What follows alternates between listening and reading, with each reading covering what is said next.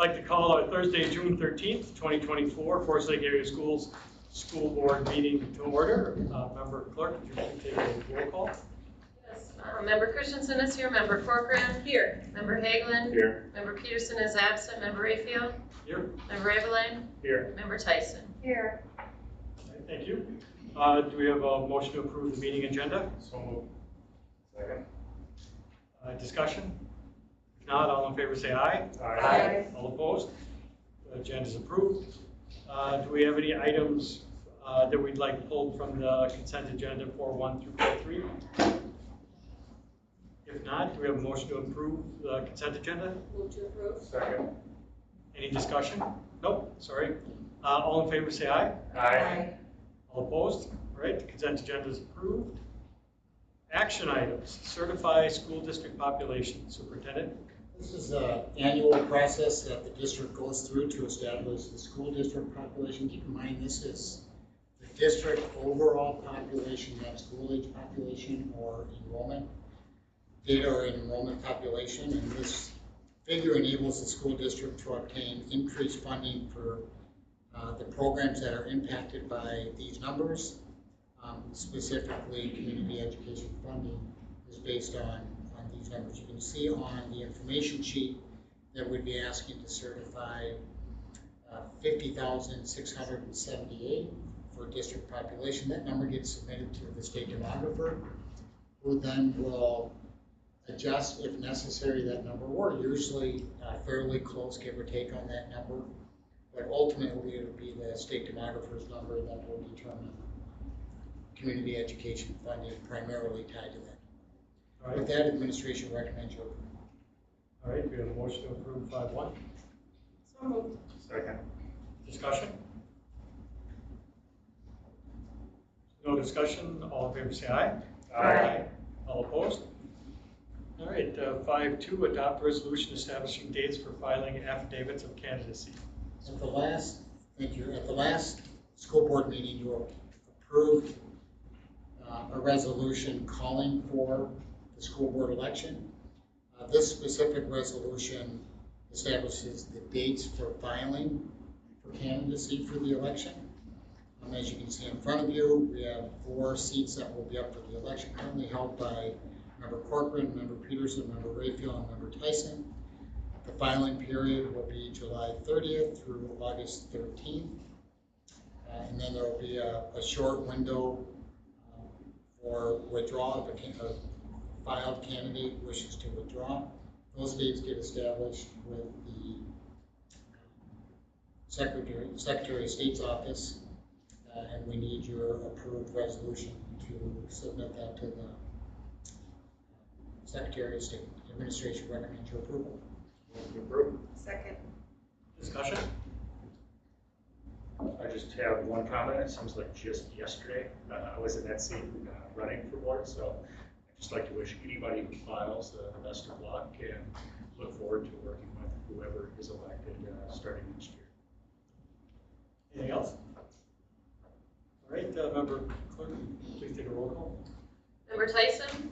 Aye. Member Christensen votes aye. Member Corcoran? Aye. Member Hagelin? Aye. Member Peterson is absent. Member Rayfield? Aye. Member Eveline? Aye. The ayes have it. All right. New business. Nothing. Agenda item 7, school board work session. Superintendent? Thank you, Mr. Chair. The presentation we're pulling up here is in your email box. If you prefer to pull it up and work your way through it, I just sent it in a matter of. So it isn't here? It is in your email account. All right. Well, let's, if you would, I will work through a few slides to provide some background, some context to the idea of planning for today and for tomorrow. For the last number of years, based on enrollment trends, and you've received data from retired state demographer Hazel Reinhardt on demographic enrollment trends for the school district. And with declining enrollment tied to really the availability or the number of kids living in the district. Can I just interrupt? I should have said this at first. So I think the way we're gonna kind of format it tonight is that Superintendent Massey will go through, bring up these issues. If we have questions, we can feel free to interrupt them, but just kind of keep it to questions, not necessarily a discussion like yeah, just keep it to questions. And then at the end, we'll go through kind of the highlights and have a more back and forth discussion of what's been talked about here. And then from that, hopefully we can, ask this administration to go forward and put together a firmer recommendation. Does that sound workable? Sound workable to everyone? Okay. Thank you.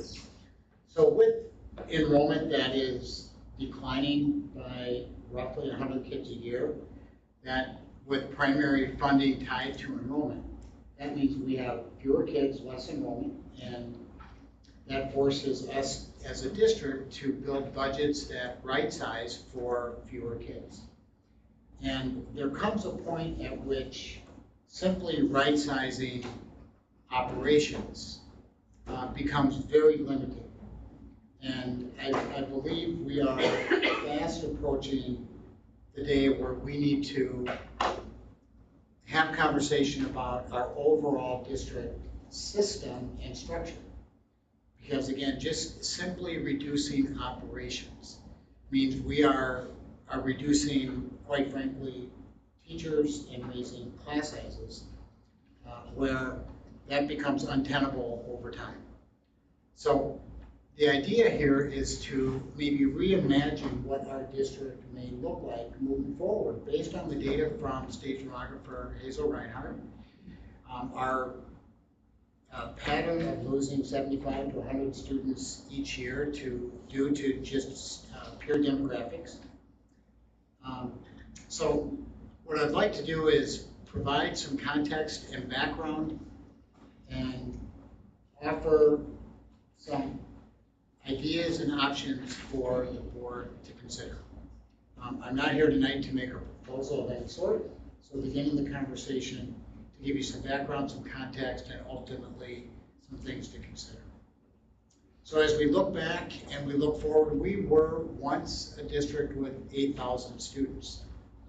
With fewer students, and I know that that kind of defies what you see happening in the community. When you drive from the south through Hugo or the western part of the district, you see a lot of housing.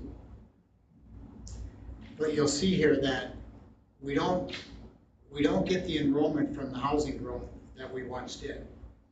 And as I said, and as I have here, we were once a district with 8,000 students. Today, we have fewer than 5,600 students. You can do the math at $7,500 on per pupil funding based on per pupil, and you can just see the magnitude of revenue that begins to shrink from the district operation. It's important to know that we are a community-based elementary school system, and quite frankly, it's one of our greatest assets. We serve many distinct communities, and there are 20 plus miles between some of our elementary schools, but they serve very distinct communities, from Scandia to Lima Lakes, to Linwood, Wyoming, Columbus, Forest Lake, and Forest View. We have very distinct communities with dynamic elementary schools in those communities. We also have a dynamic middle school with close to 1,000 students and a high school with close to 1,900 students that are driven by career pathways, opportunities for kids to explore passions and dreams in our secondary system. Specifically, you can see our 7 elementary schools here, with Columbus currently at 433 students, 340 at Forest View, and 315 at Forest Lake Elementary. You know that Forest Lake and Forest View serve the same families and communities, with K-3 at Forest View and grades 4 through 6 at Forest Lake Elementary. Lino Lakes Elementary, our biggest elementary at 460 students with a lot of growth happening around the school. Linwood Elementary at 403 students. Scandia 315, Wyoming, 440 students. Again, middle school just over 900 at 930, 1,835 at the high school. Community schools serving close to 100, 110 full-time students and many kind of dual enrolled students from the high school. Just a quick clarifying question is, are these enrollment numbers for the class that just finished here a couple of weeks ago, or are these projected numbers for next year? These are projected numbers for next year. These are Thank you. numbers that we currently have scheduled and ready to attend next year. That'll move and fluctuate a little bit over the summer, but those are current numbers. So when we think about background and context, I want you to be thinking about enrollment trends, and I'll give you a little review of information that was presented from Hazel Reinhardt. Our district, we just had our 113th high school graduation. I think I got that number right. 113th, 114th, 113th? Yeah, 113th. Our elementary schools, believe it or not, were placed in communities in 1950s, 1960s, 1970s, and they served a need at that time. And development and population growth is shifting. And with that, location of and the schools that we serve is beginning to shift. As I mentioned, there are fewer students living in our school district than in the past. This is data provided to us by the retired state demographer Hazel Reinhardt. The fertility rate is now below replacement. And with that, it's only stating the obvious that if 2.1 students or children per home is replacement, and replacement is at 1.73, enrollment will decline in our school district. Number of births is decreasing across the U.S. and across the state of Minnesota. In 2020, U.S. birth rates were the lowest since 1979. A brief increase of just 1% in 2021, but relatively flat in 22, 23, and remains low today. Population is aging. We now know that there are more 65-year-olds than there are school-age kids, not just in our district, not just in the state of Minnesota, but across the country. And as our population is aging, housing mix is different. You don't have to go too far around our district to see the number of apartment buildings that are being built, condos, townhomes, and they don't produce a lot of students. But there's a lot of growth in those areas. And those, again, are unit types with few school-age children per unit, and a smaller percentage of households have children today. There's also less mobility nationwide and in the state of Minnesota, with in the U.S., fewer than 10% of the population moved last year. That was 20% prior to World War II, so there's a lot more movement and mobility prior to World War II, and that has slowed since then. And so there just isn't a lot of movement of students moving to Minnesota, as you can see here, and certainly not a lot moving out, but not a lot moving in. In fact, Minnesota was very dependent on migration for population growth in the last 25 years, and that has slowed. So I know this is full of data, and I would bring your eyes to the yellow bar across the top, and then which would reflect kindergarten enrollment for each of those years identified there. So you've got on the far left 2013-14 all the way up to the previous school year, with And you can see the kindergarten enrollment over that time from 484 students 10 or so years ago to 362 kindergartners this past school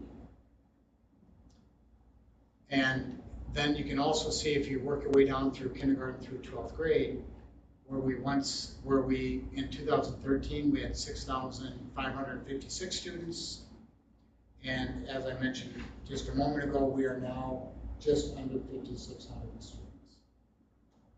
The number on the far right will show those numbers at each of those different grade levels.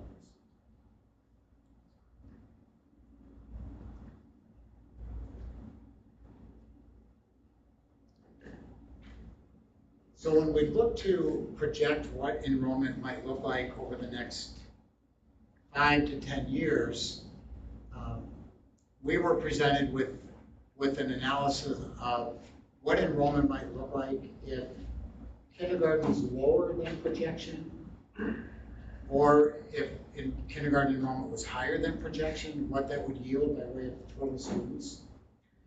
Combined with migration. Migration is the net migration into and out of the district.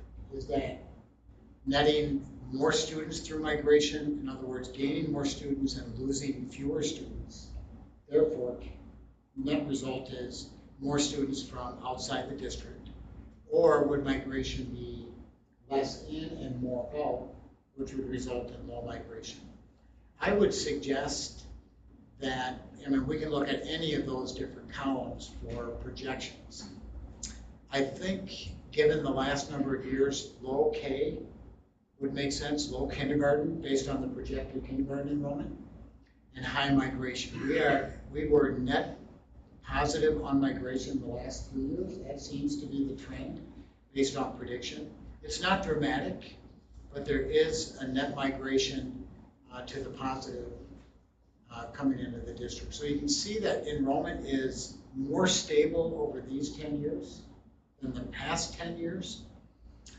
But we would be projected to go from our 5,600, 5,615 that we see today down to 5,379 10 years out.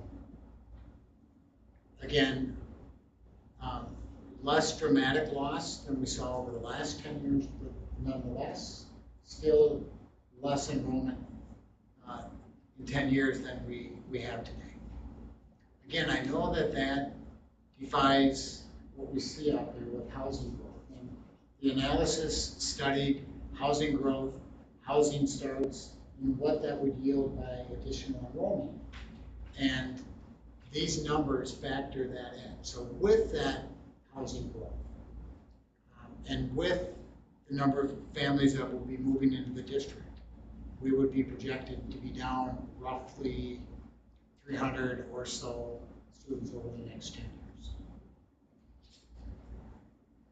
I think another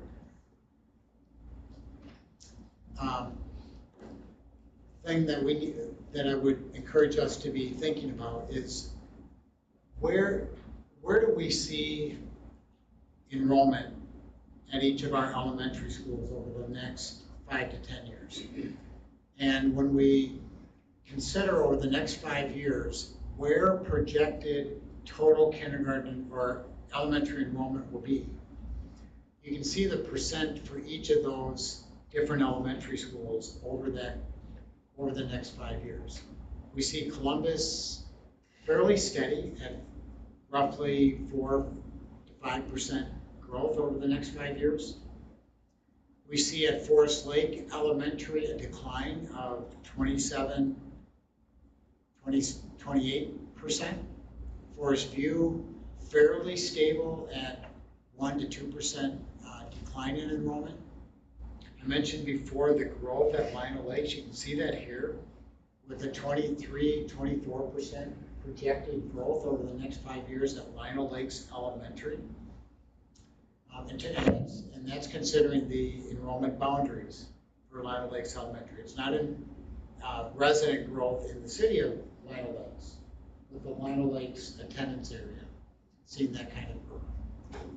Linwood growth at 18-19%. Scandia enrollment declined at about 30% over the next 5 years. And you can see the projected enrollment alone at Scandia from 325 today down to 227 over the next 5 years. Again, these are all projections. Wyoming with fairly stable enrollment with a slight decline of around 3%.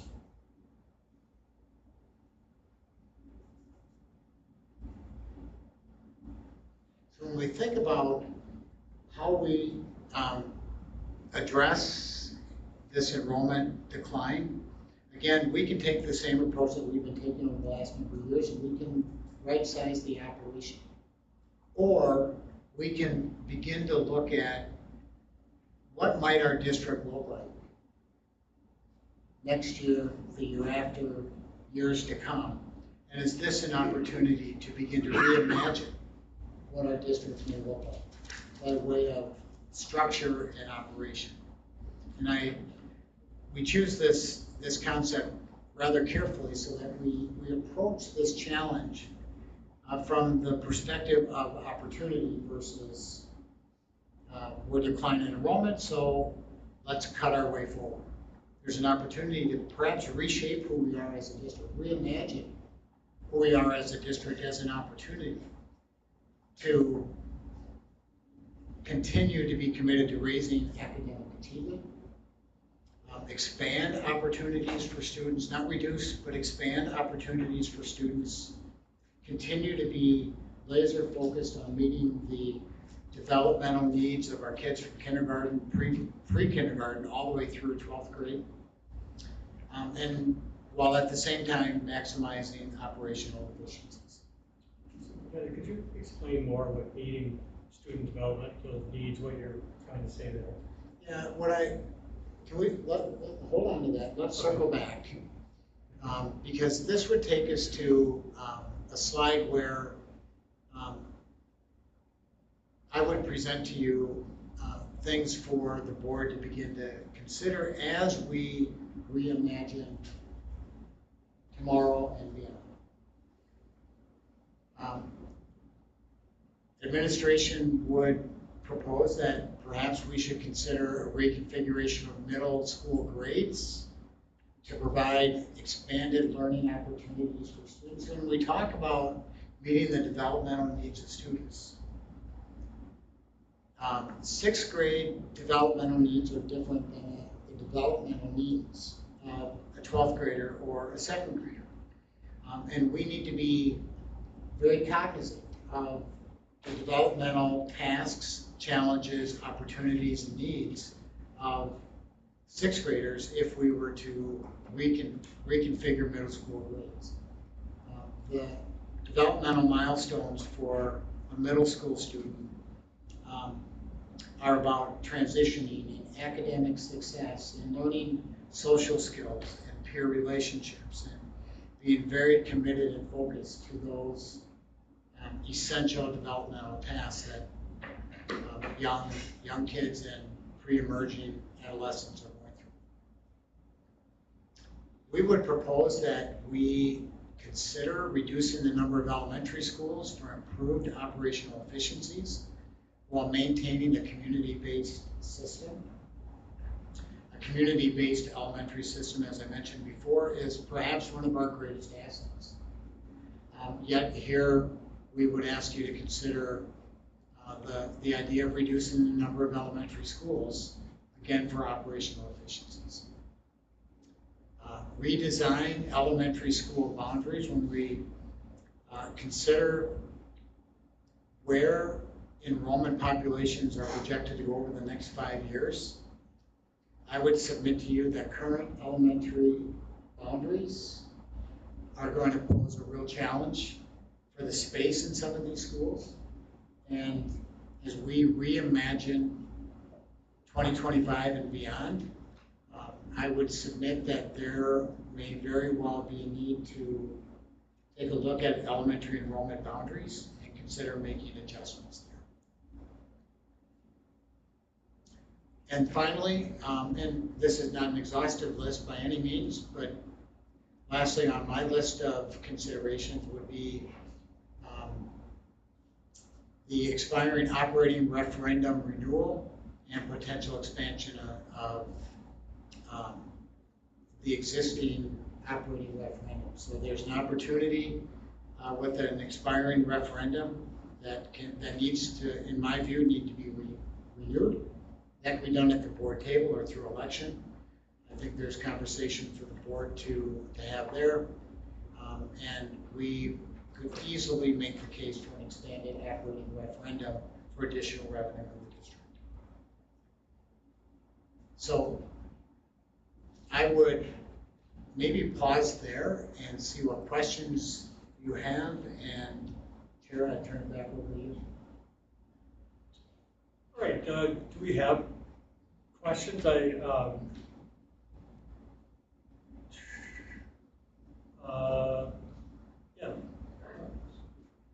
Hold on a second. One thing I would say, so there's more to your presentation after this? Yeah, if depending upon this discussion and how you might direct administration, I've provided and prepared a potential timeline. Okay. So we can get to that maybe after your conversation. Okay, so I think what we'll do is we'll take these considerations and we'll go through them one by one. And then we'll ask questions and have discussions based on each of these items. So if we look at reconfiguring the middle, does that sound okay to people? Okay, so when we look at reconfiguring the middle, so we go look at reconfigure middle school grades to provide expanded learning opportunities for 6th grade. Do we have questions about that? Go ahead. I have a question. We have elementary school projections, but we do not have middle school projections, nor do we have an estimate on can the middle school accommodate 6th grade. Can you speak to that a little bit? Yeah, we have done our initial work, and really what we'd have to do is look at for what it would be our current enrollment with the addition of 6th grade.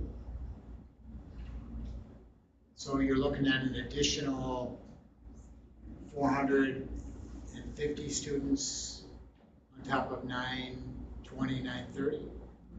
And in working with Principal Miller and his analysis, there would be space for that. And we haven't gone too deep into programming, but some initial conversation on programming. We're confident that should that be the decision of the board, that we could certainly accommodate 6th grade at the middle school and provide very rich programming for kids without cramming them in and so on. Again, with the focus on meeting their developmental needs and all the other options that come along with being in middle school. So the question I would have then is, explain better what you're talking about when you say reconfigure middle school grades to provide expanded learning. Yeah, I mean, I guess it depends on how deep in the weeds we want to go here, but. Well, I'm looking at, my understanding is that this means moving 6th grade to the junior, or to the middle school. Yeah. Okay. Yep. So to go back to Member Ravenline's question, I've been on the board for a while, so when we did the gap analysis and all of that process, Julie, were here, and Member Rayfield, we were told that Century was built to house about 1,100 students, 1,050. Do you know, has that changed since we made modifications to the building in 2018, or is that roughly still? Yeah, we opened with about 1,150 students in 2000. Okay. And we have since added the Green Wing, I guess we would call it, which is the addition when we moved 9th grade to the high school and brought 2 junior highs into the middle school. Okay, thank you. The question I would have is, so let's say we do that. Let's say we move, let's say, for efficiency's sake, it helps us to move kids, 6th graders from the elementaries to a truer middle school, right? Which, I mean, is really common in Minnesota. that schools are set up like that. From an academic standpoint, could you talk about the effect on those kids that are going to the middle school? Certainly. You're absolutely right. There are very few districts, I can think of one in the metro, that has sixth grade as part of elementary schools. They're all in a middle school model. The reason for that is state standards are banded at grades 6 through 8. And as a K-6 elementary model, we are teaching middle school standards, if you will, in an elementary setting. Where in a middle school, those students would rotate from an English teacher to a math teacher to a social studies teacher, getting specialized instruction. Not that they're not getting high quality instruction today, but they would get it in a kind of a departmentalized model, if you will. But along with that comes all the gateway courses that we have put together at the middle school that feed into the college and career program at high school. For sure, we're not asking sixth graders or even seventh and eighth graders to make college or life career decisions at that age, but an opportunity to begin to explore passions and ideas and dreams that just aren't available to them as sixth graders in an elementary school. So you think about the industrial technology, the pre-engineering, the family consumer science, the business courses, the entrepreneurship courses, the arts, including more expanded opportunities for instrumental music on a more regular basis than once or twice a week at the elementary school.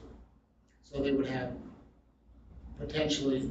more music, more phy-ed, more elective opportunities. So we see it as a potential real expansion of educational opportunities for our sixth graders if they were exposed to the various options and the many options at the middle school. I have a question then, especially for the lower enrollment elementary schools. What does that do if you take sixth grade out of the middle school? I mean, excuse me, out of the elementary school? Obviously, it's going to drop those numbers even lower, which is concerning. Yeah. So it would certainly reduce enrollment at all the schools by the number of sixth graders. In some cases, that's helpful, where enrollment is growing, and in a school, you mentioned Scandia, where enrollment is low, we'll make it lower. And that's where we're speaking to the need for boundary changes. Do you, so there's that trade-off. So let's say you look at a school like Scandia, where the population, where if the sixth graders were to leave, the efficiencies become less, but there's efficiencies in moving to those sixth graders to the middle school. What's the trade-off there? I mean, we must still have more efficiencies with the move. Well, and I also think partly what ties to that is the second item here, and that's it would give us the option to reduce the number of elementary schools. In tandem with that, that would create operational efficiencies. Again, we have Lima Lake specifically will not be able to house the number of kids that are projected to enroll there over the next 5 years. We're going to need to look at shifting boundaries, and depending upon where those shifts are and decisions made around elementary schools, there would be a need to address the boundaries that would come up. I was just talking about the middle school that they have the 3 wings, they were destined for the 7th, 8th, and 9th, right?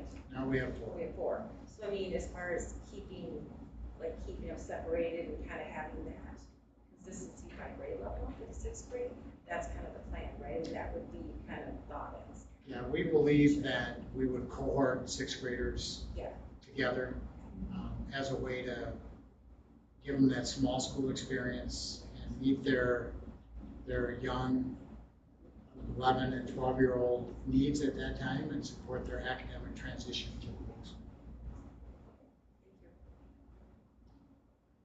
What does that do for teacher licensures then? Good question. An elementary sixth grade teacher can continue to teach sixth grade in a middle school. So there are no licensure issues for an elementary teacher. And of course, a middle school math teacher, of course, can teach sixth grade because that's a 6-8 or a 6-12 license So they can only teach sixth graders. from the elementary school. Yep. Yeah, it's my call. One follow-up question, when you discuss the boundary change issue, we know that that's always disruptive, it's kind of a panic for parents and kind of for everyone. When we're thinking and talking about that, are we just looking at certain areas then based on where we feel that the school closure could be, or Yeah, are we mainly looking at that end? Yeah, I think it could take many forms. I mean, if we did nothing with elementary schools, we could take the growth in Lino Lakes and move it to Scandia. That makes no sense, given the distance. So we're gonna have to have a much more systematic analysis of where the growth is and where the space is in the district. So I'm not so sure that it's as simple as this small development will go here. It might be more expansive than that. But we'd have to get much deeper into the analysis. But it could be pretty significant boundary adjustment. Okay, we will have that systematic analysis. For sure. And then, do you remember, Superintendent, when was the last boundary change? Because I remember it, but I don't remember the year. It was prior to my time as superintendent. I'm looking at Mr. Fox in the back of the room. Back to the North Shore. 2011, That long? 06.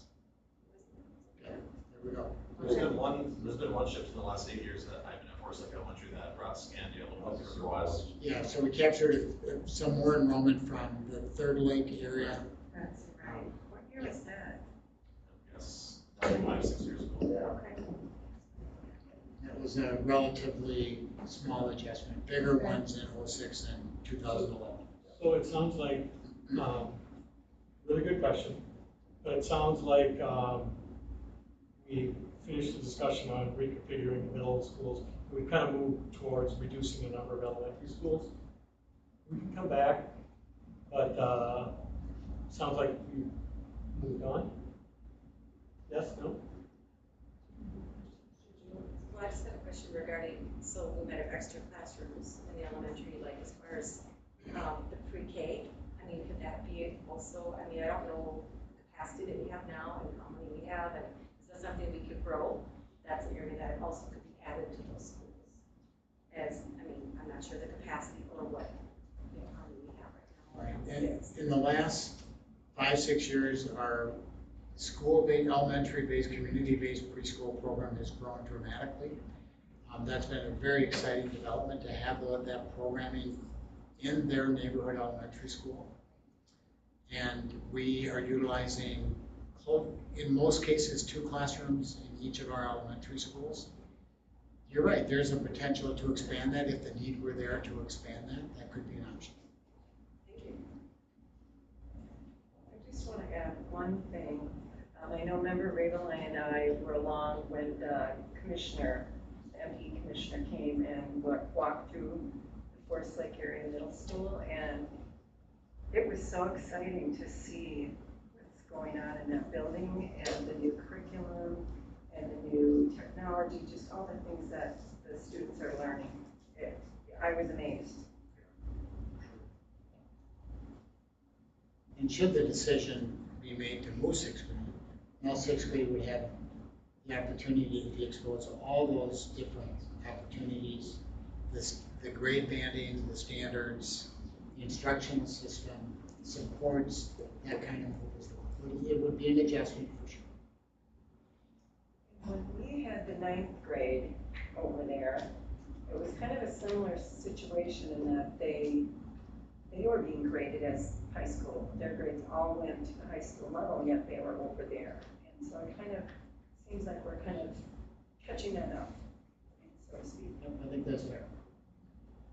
Has the administration done any study yet about if we do move 6th grade to middle school, what that would impact that would have on busing?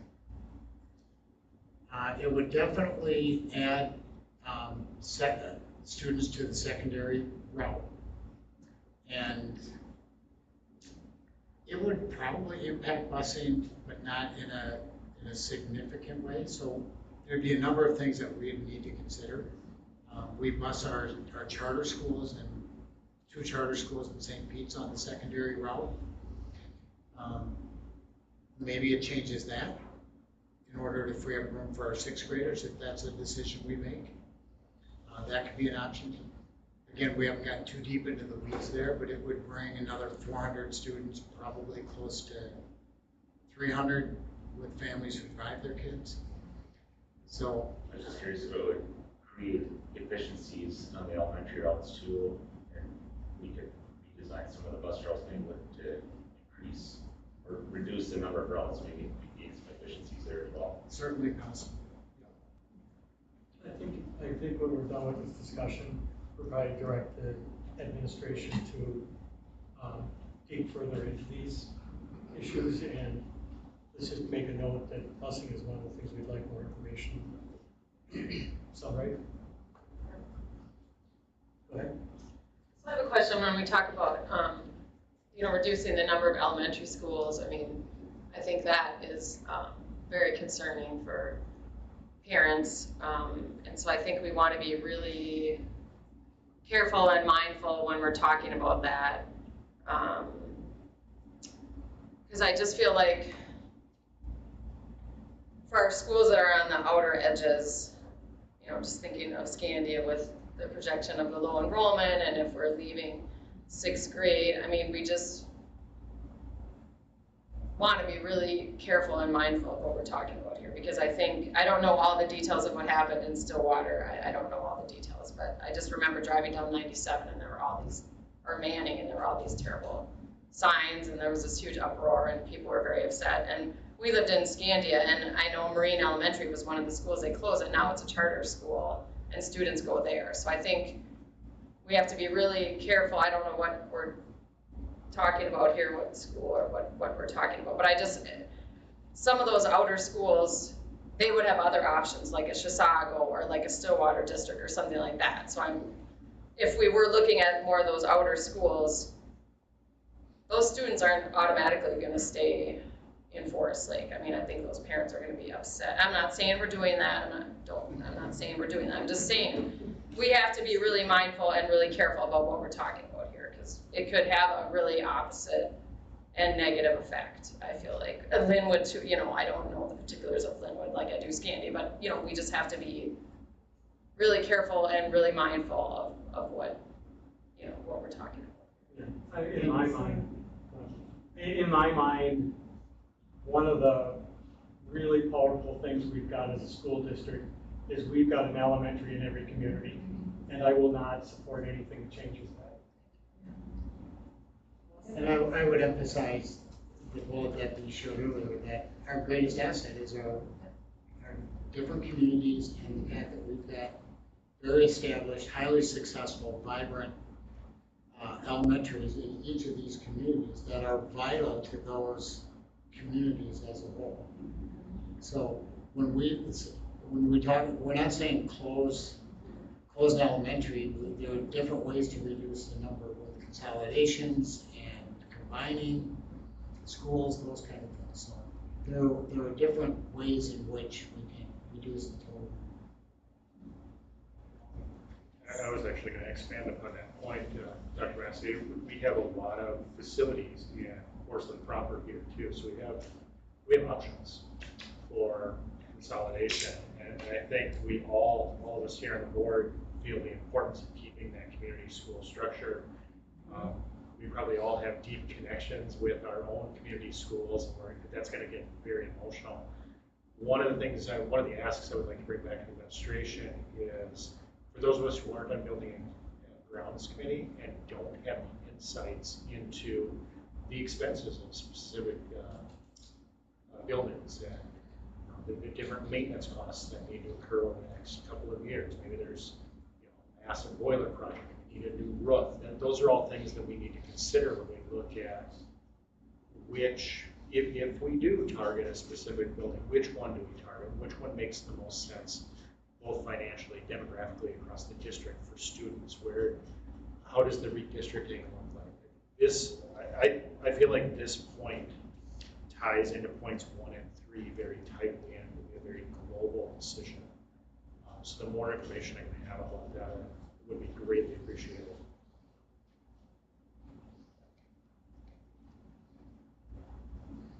All right, I feel like we had enough discussion on the reducing the number of elementary schools.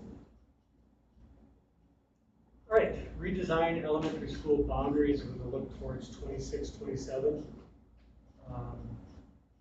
Discussion about that?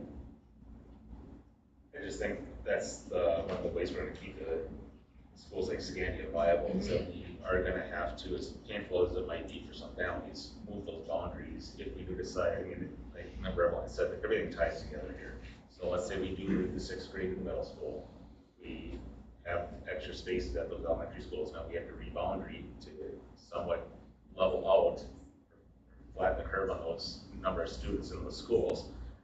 And I think we put it out there with an expectation that families living in those areas or anybody new moving in, you're in a gray area where you may get redistricted every 5 or 10 years, or be looked at for redistricting based on school population. We want to keep these community schools open, and the only way to do that is to keep the populations there.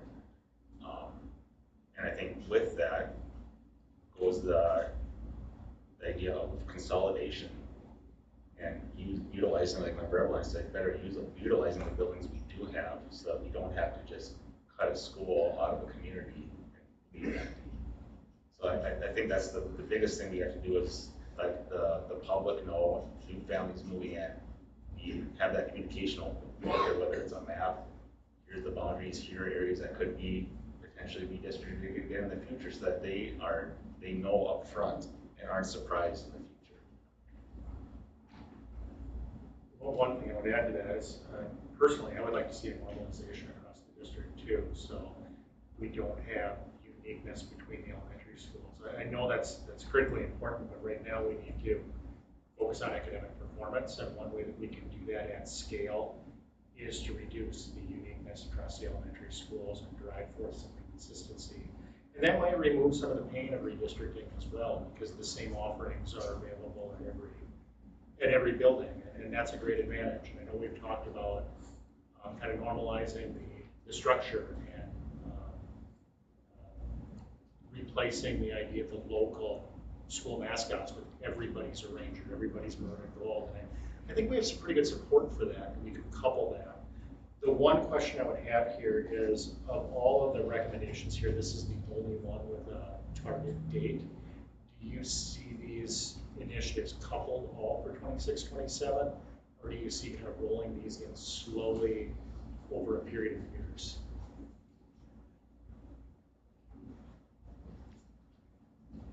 We anticipate 100 less kids this upcoming year, 100 less kids the year after.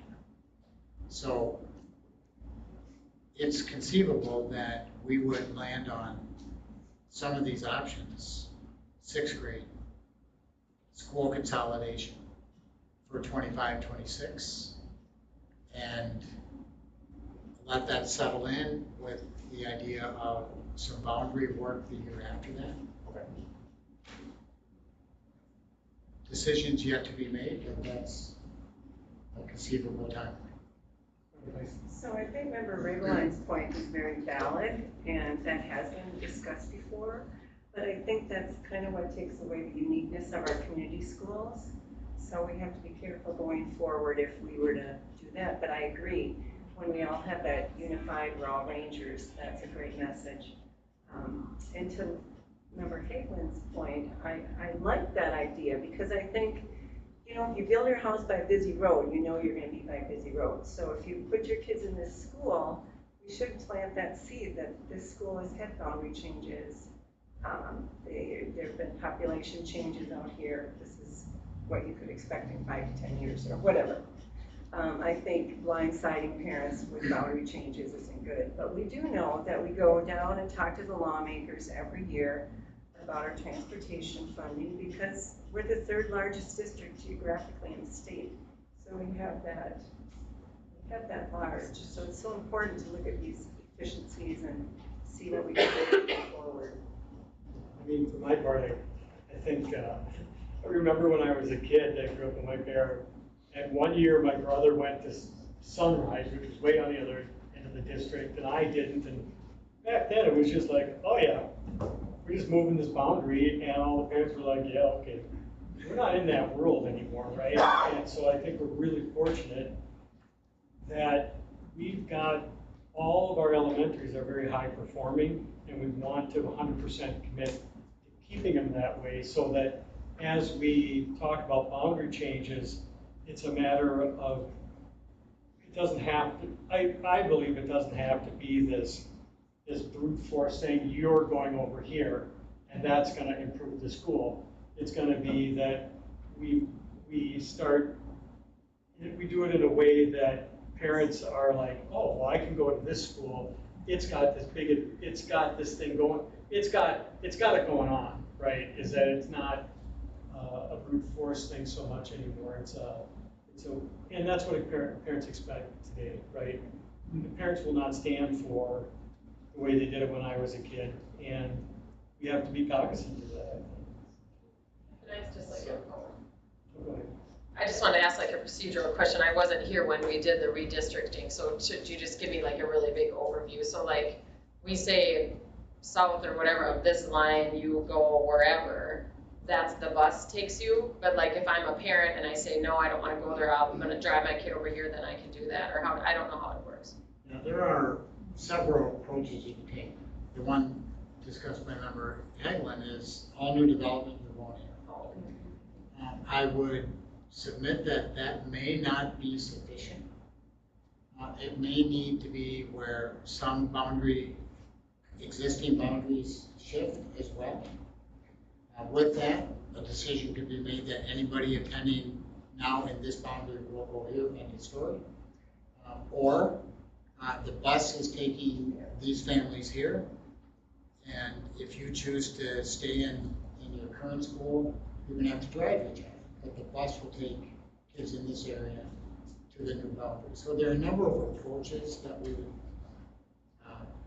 could lay on the table to accomplish the kind of smoothing out of enrollment across the district, which I think is really the task at hand. And you're saying it was after, it's later though, we're not gonna be, are we looking at the same time? Or are we gonna wait till this kind of decide about the 6th grade and kind of ease into that? Yeah, I don't want to get ahead of the board input and conversation, Okay. quite Just frankly. curious. If you were to ask me to give you a proposal, I don't think I could do that. I could give you an idea in my head.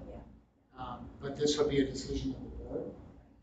And we'll be fully prepared to give you a recommendation should that be the direction you want us to go. But we administratively wholeheartedly agree that preserving our community-based elementaries should be our #1 priority.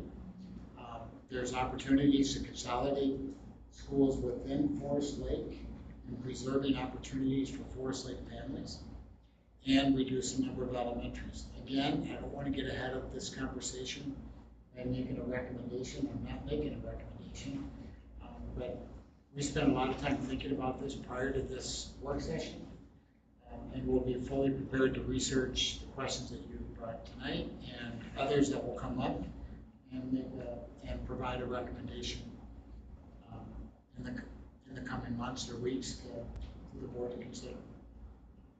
Thank you. Let me just say one thing quickly. Yeah, and I've always believed that running a school district is a little bit like steering a barge, right? You have to think ahead because any changes you make are really affect families, and making multiple changes can be chaotic, right? And so I'm personally am perfectly okay with, staggering some of these changes over time.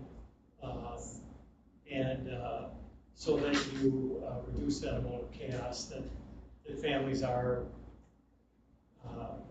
exposed to. Go ahead. And I agree with that for most of the changes, but I want to be careful about that, especially if we decide to redistrict. I had a similar experience to you growing up. I think I did the math the other day. It was 4 or 5 different school changes throughout just my elementary and junior high years. So it gets very difficult for families to keep up with that. Looking back on it, I now understand it was our school board's way of trying to ease the changes throughout the district. But it became confusing as a student, it became confusing as a family to understand where we were going. And our school district, I think, was 2 square miles, either smaller or 2 square miles larger than what we are in now, or here in Forest Lake. But the big difference was all of our elementary schools were in the city proper, so it'd be like having all of our schools on the edges of Forest Lake proper here. So it was a little easier to be more dynamic with the buildings and the districting. It was confusing from the student standpoint. And then I just wanted to add to Christensen's comments about having that connection back to the elementary schools, and that was part of my motivation behind the comment about normalizing our elementary schools and making them kind of more equal across the entire community, was so you didn't feel like you were missing an opportunity because I didn't go here, I don't have this program, or I don't have access to that program. And all of our schools can excel, and when we go back to our primary vision of excellence for every student every day, I think that should be in every one of our facilities.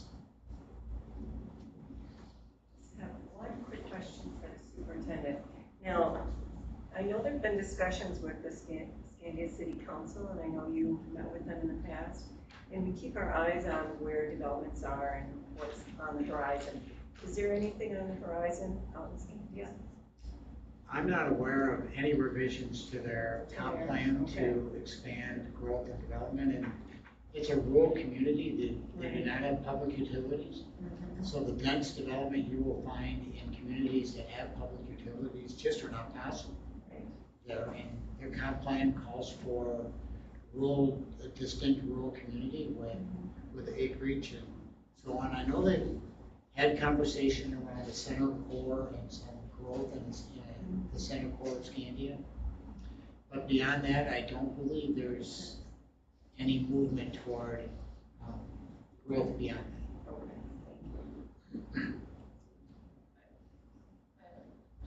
I have a question that's not specifically on here, but relating to the demographics that Hazel, I'm sorry, I forget her last name, what she gave to us. And one thing that stuck out for me, and I know Forest Lake is a bit of a challenge because of the charter schools and St. Pete's, but she was saying that overall, in general, I think she said it was like 7 or 8% of the student population would go to like a charter or a different school other than the public school. And here in Forest Lake, it's 18%. And so if we're talking about making suggestions that we would like administration to look at, I mean, and I'm sure people have turned over this rock a bunch of times, but I mean, how can we change that 18, or what can we do, or how can we publicize more, like all the really great things we're doing, like how can we lower that 18% number? Because I mean, I understand the proximity of the charter schools and stuff, but that's a big number. If there's ways to work on that and look at that, I would be really interested in trying to look at that. I think as board members, it's always got to be number one in our mind that it is competitive, and the way we address that is we stand for high academics. That's our deal. We have high academics and a lot of options for kids. And I just think that we have to always keep that number one in our mind when we're thinking about any changes like this, any policy, anything we do as a board. High academics, options for kids, and that's what keeps kids in our district. And communications. Then from that flow, a really high-quality set of communications that we have with the public, a high-quality way that we interact with the public. And I think, you know, if we can do that, we're doing the best we can to kind of to minimize that. But it's like you say, it's always something we have to keep in the forefront of our mind. How do we make that connection with the public so that they see that if their kids come to Forest Lake schools, their kids are going to get a great education, every one of them. So, Well, yeah, that's to your point, that's exactly what I mean. Not that we would do anything different wise, but just how can we, you know, toot our horn louder or whatever, how can we tell people more about it? I think another thing that a lot of parents don't understand is if your child, and school is not all about sports, but if your child wants to play sports, you know, you need to come to the public school. If you're playing some of the bigger sports, you can't go to Leela or NLA in 7th grade and, for example, be a wrestler. I know about the wrestling program. You can't wrestle in 7th grade because it's a varsity, you know, whatever. So, you know, are parents understanding that? Are there other things that, you know, we could help people understand? Just better communication. And I mean, Renee does a great job already, but is there more in that area, I guess is all I'm saying. So I just want to add to your point, Jill, that is a huge frustration for many, many years. And we've been down that road, you know, what can we do? They're being recruited away. And we're a bit of an anomaly as a district. We have 3 charters in our boundaries. And some of my colleagues, their eyes just pop open because that's that 18%. So I think that is a very good point, Emma Christensen, to keep that in the forefront. I think it's just duplicity of services having this with all these charters, but we can't, people like choices and parents deserve the choices they choose. And so, but yeah, that's an excellent point to keep at the forefront. expiring operating referendum renewal and potential expansion of the current referendum. Discussion? I mean, for me, we really worked hard to pass the current operating referendum, and everybody hates levies. People for hate them, people against hate them. You end up, when you run a referendum, you end up taking all those people that are active in their schools, and they're active in their schools by working for their kids, in their kids' elementaries or in the high school or the middle school. You take those people out and you say, okay, we're gonna do this thing you hate to do, we're gonna try to pass funding. And it's generally, in this district, it's always been high stakes. You know, we'll run a levy and you're coming towards a cliff, right? And so when we talk about the expiring operating referendum, number one, we got to remember that the buying power of that expiring operating referendum has diminished over time, right?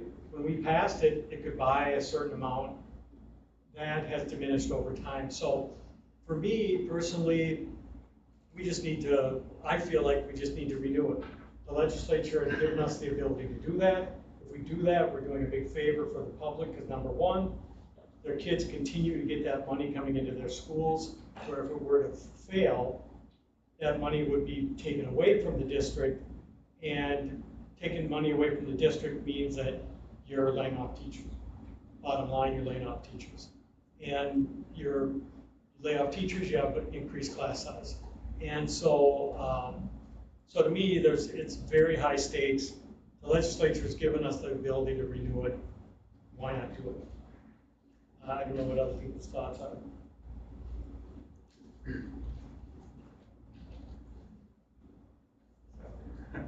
That's something we want to dig into right now.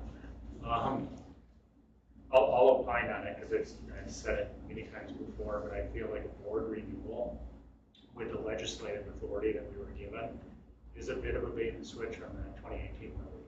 And I was part of the levy committee that made recommendations to the board. I actually, when I made my recommendation to the board, I shocked myself. I came back with the highest recommendation of the entire committee. The board went for a lower number. So it's kind of difficult for me to say that now that I sit in this position, because back then I was saying, hey, go for more, we need more to be sustainable. What rubs me the wrong way about doing a board renewal at this point is when our voters granted us with that levy. That wasn't on the table. They knew that there was a window and then they were going to be asked again for a renewal. So I just feel like it's the right thing to do ethically and morally. And I trust the community that they'll come back and they'll give us what we need, especially if we present our case, show them what we want to do, and drive results.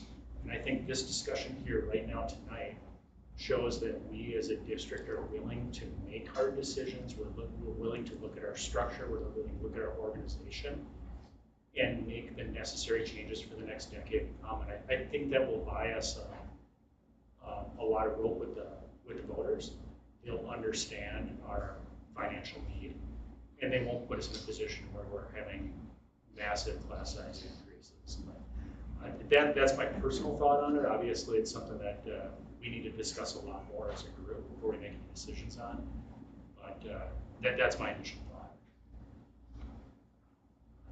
So I guess for me, I agree with a lot of the things that the board chair, Rayfield, said.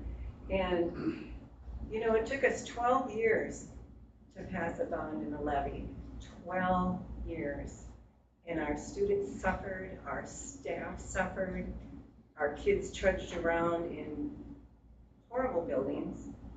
And those are my kids, and some of yours, and some of everyone's. So, you know, for me, in my mind, the fear of going backwards or taking that step backwards and having to cut teachers, going back to the days of those deep cuts and cutting teachers is just so horrible. And having those class sizes be big and out of control, I just don't want to go there. And I know we have so much community support now for all the good academic programming we have, for how our buildings look, for how happy our kids are in school, how awesome our teachers are. I hear it every day. So I don't want to lose that. I think we've built up that trust. So for me, the legislators have given us this ability, and I think it's kind of long overdue, because I think we know our districts better than legislators or others. So I'm for it, and I will be, and I don't have to have a lot of discussion about it. So I've lived it. I have a question, just again, a clarifying question. So if I understand correctly, the legislature gave this to all the school districts in the state of Minnesota, and you get it one time. Yep. One time. Okay. And thank you. And when we have there was some other stat that something passes a certain, what was that? Right, so the legislature 2 years ago gave school boards the authority to renew existing operating referendum for the same term and for the same amount. A one-time board resolution. The statistics are that automatic renewals for the same amount pass at close to 90% statewide. And as Member Rayfield indicated, if this was the only thing on the ballot, or if it's the only election related to the school district, they're time-consuming. The reason the legislature provided this provision is they're time-consuming and expensive, and they pass at a high I concur with what Member Ebeline said about the bait and switch aspect. Now, I wouldn't be in support of using our power to renew it at this point, because it wasn't on the table back when the voters approved it however many years ago. Now, in the future, if we pass a new one, they'll know that that's a possibility. Then I'm in favor of approving it later down the road, because they went into that vote on that levy with that in mind and having that knowledge. And also, if we go ahead and approve a renewal of the existing levy, as you already stated, the buying power is already less. So why why would we want to renew a levy on less buying power if we need more than that anyway? I think if our approach is that we are being fiscally responsible, doing everything we can to save money and spend money, provide the best academic success possible, we go to the voters saying, this is what we need, we've done our work, we've done the best we can. Maybe the levy renewal goes for a little bit less, maybe it's a little bit more, we don't know. But then they'll also have the knowledge that we can do this in the future without you feel like they're being bait and switched. Right? We do the hard work now, cut our costs as much as we can, reconsolidate, whatever it takes to get this through. And then when we need, or decide what we need at that point, that's when we go for the levy. That's just my opinion. Well, I feel like we have a lot going on right now. We have hospital district meeting, we have a lot going on. We have forced pizza. I mean, we have a lot going on in our district right now. So can you tell me the timeline, Superintendent, about the renewal? The funding would expire in 2027. And the earliest the board could renew would be this July or any date thereafter. So we would want, if it's going out for an election, we would want that in November 2025. At the earliest, of course, to get it locked in. I've been involved in quite a few bonds and referendums, and it is very expensive and time consuming. Administration, school board, staffing, it's a lot of work. And I feel like right now we have so many important things going on for the future of our district that I just feel like the cities get to do what they know, and they're elected officials, right?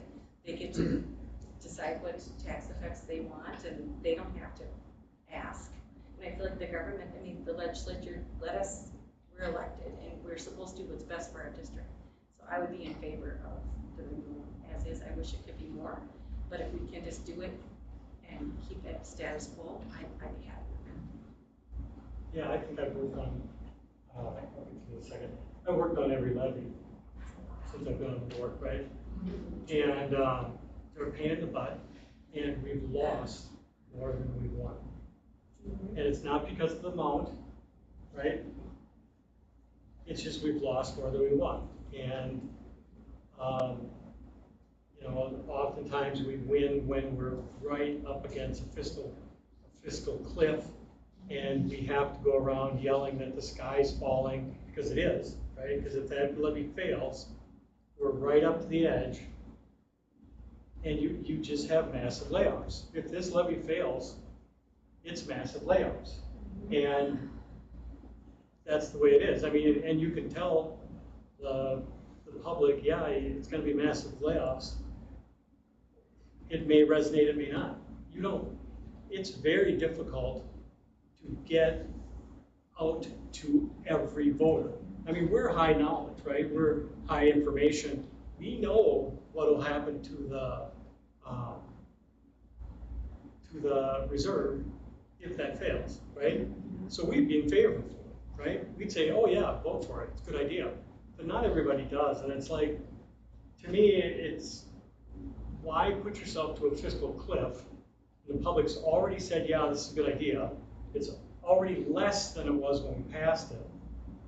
And the danger of not passing it means that in the next year, you've lost that ability, and then you have to pass it, right? You've got no choice, and so you have to say, we're broke, we're broke, we're broke, we're broke, over and over and over, and and while you're trying to compete with these other schools. So while you're competing with these other schools, you're saying, oh, we have to pass this levy or we're gonna have massive layoffs. Well, if you're thinking of going to kindergarten, what are you gonna do? Are you gonna say, well, they're saying they've got massive layoffs, they're hard up for money, they gotta pass this levy, right? Where are we gonna put our kindergarten, right? So, I don't know. That's my take on it. Who's next? I have one question for Dr. Massey, and I have a question for Member Tyson, Member Raphael. You mentioned the earliest that we could do the renewal as a board is July of '24. What's the latest we could conceivably do the renewal to miss the proverbial cliff that member Raphael just mentioned? Yeah, I can provide all those specific dates provided for us by our financial advisors, but it's going to be in 2026 Okay, 26. for a payable 2027. Okay. So the question I guess I would have for the more established members, and then no disrespect for myself, Member Christensen or Member Hagelin, but we haven't been here for decades, like some of you. What is your feeling about the community's reaction if we were to do a renewal with the rules of the game changing kind of midstream for the next levy? Because I'm not just concerned about the potential levy renewal this time. I'm concerned about the one 8 years down the road when the possible perception is, well, they changed the game on us last year, and look what they did. Now we're just going to vote no to kind of get some retribution. I mean, for me, like if we look at the bond for rebuilding everything, when we were running that bond, it was a big discussion in the community, and a lot of that discussion was negative because people were against it, right? And then when we passed it, all the discussion stopped. And then when we started using it to build up these buildings, the public was 100% behind us because they were seeing all the really positive things that were happening, right? Because when you're talking about a bond or a levy, you're saying, should I tax you or should I not? And that's the depth that a lot of people are making the decision. Do I raise my taxes or do I not, right? But when it passes, then it's like, oh, look at that nice building. Look at that science wing. Look at, and if they fail, right, because it's a question of do I raise taxes or not, when they fail, you're doing layoffs. And you do not look good when you're doing layoffs. When other schools around you are not, because they just said, yeah, we'll renew it, right? So, I don't know. That's my take on your question. Well, I think to Member Hagelin's point, we always want to be judicious, right? And be fiscally responsible. And prior knowledge would be excellent, but it's just maintaining status quo and it's putting on that protective layer so that we don't go back into the cuts phase that took a lot out of our district, just cut it to the core. So I don't feel there's a lot of retribution out there when you're just maintaining what you have and maintaining what people are already paying. So I don't feel that, but maybe other members do. I think I just explained it. I mean, it's something that we have the right to do, and we are just keeping the status quo. It's not like we're asking for more. So I think it just needs to be communicated that way. People need to understand. We could have the superintendent get information on the costs of some of the levies in the past. You'd be astounded. The cost of the labor, the distraction to the staff, to the superintendent, to the admin, to the community even, because you're trying to be out there yakking and talking about it. And I think there are parents that just want it done. They just want their students and their school buildings and their district to be maintained. I was just going to say to Member Irvine and Member Hagelin's point, I think that's a good point, and we should be looking at all sides of the issue and how other people might, approach it or think about it. We have to look at all angles. One thing I would say about that, and of course, I'm under pressure trying to come up with an example and I can't. But there's one out there. When you say the legislature does a bait and switch, I feel like they probably do a million bait and switches, right? Because maybe like you build a house, this isn't an example, but you build a house and you thought you had to have these specs. Oh, wait a minute, now we passed some new building code. That's probably not the right example, but something along those lines. I mean, they're always, every session, they're always changing things. So that's just all I would say to that as far as like the word bait and switch. I mean, I hear what you're saying and I see what you're saying. People are like, well, wait a minute, that's what I voted for before. you know, but I don't feel like there's anything nefarious going on, or like it's not this, you know, bad bait and switch. I mean, the legislature just changed their mind, which they seem to do like all the time.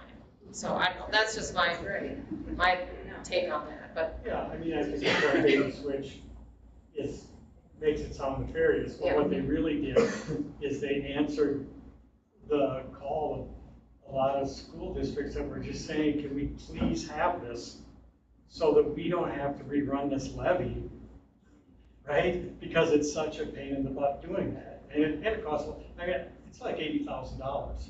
And it's not, there's some money for the school district, but that's money that's raised, right, to run these elections, because you have to get the information out, and that's really expensive, so. For me, it's all the time too. That's not even the number. I mean, the hours, phone calls, and staff, and the stress. I mean, it puts a lot of stress on people, all that extra work. So, yeah, I want to we have a lot going on. I mean, a lot of possible changes, a lot of really critical things for the future of our district. And we can make this a simple, easy thing. Okay, so this was an introduction. Yeah, okay. I mean, we're putting it on the table. It's something we're gonna be thinking about as board members going forward. We don't have to make the decision tonight, but it's something we wanna be thinking about as far as the district. It's wrapped up with all this other stuff. What's next, Dr. Massey? Well, I think if you've had the discussion on these topics that you feel like you need to have, I would say that perhaps the next step for the board would be to give the administration some direction on, and I've got some notes here on different questions you want answers to, and data and information you're looking for. I'll work to get that information. If the board is so inclined, I would submit to the board that you direct administration to bring a concept and a proposal for you to consider and react to. We would be prepared to do that as soon as August, and then set a timeline for discussion, public information, public input, and ultimately a decision of the board sometime at the September meeting or October meeting. Go ahead. Would it be possible for you to give us the capacity layout of the buildings we currently have? Number of classrooms, total max capacity recommended, capacity per room. So we kind of look at that and see if we are going to consolidate a building or have to shift from a building. The best ways to shift that would be. So we've got that data.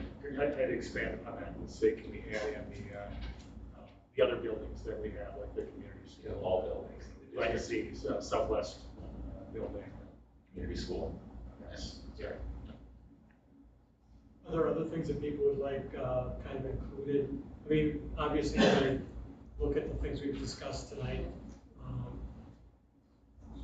The discussion, especially the bus. Yeah, we had talked about the Busing busing. is. Okay. So Dr. Master, when you said something about, did you say public presentation? What did you say? So will I guess my question is, will the public have some input, or they can always come to the school board meeting or the listening session, or are we doing, or I what? believe there'd be opportunity between a proposal or a first reading of a plan made to the board with a window, whether that's a month or 2 months for public presentation, public input. That would be data and information the board would consider and make a final decision. I'm just thinking if parents had concerns, that would be an opportunity Yes, to for sure. hear firsthand what is happening. All right, you feel like you have what you need? Do you need a formal motion on that, or can you just move ahead with it? I don't know We that just it's direct. already given. Yeah, we would just direct them to go ahead, because it's not really policy. All right, you know what to do. We'll get to work. You All right. already did a lot. All right, and with that, do we have a motion to adjourn? So moved. Second. All in favor, say aye. All right. All opposed? Thanks, everyone.